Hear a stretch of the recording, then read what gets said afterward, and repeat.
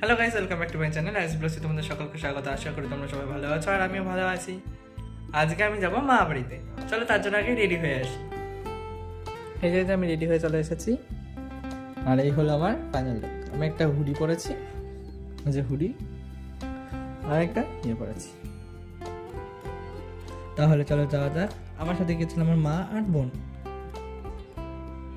এবার ট্রেন ঢুকে গেছে, তাহলে ট্রেনে উঠি। ওঠার মধ্যে আমি জায়গা পেয়ে গেছিলাম আমরা, কিন্তু ট্রেনে দেখো কতটা ভিড় ছিল। ট্রেন থেকে নেমে গেছি, এবার ব্রিজ পার হয়ে ওই পারে যেতে হবে।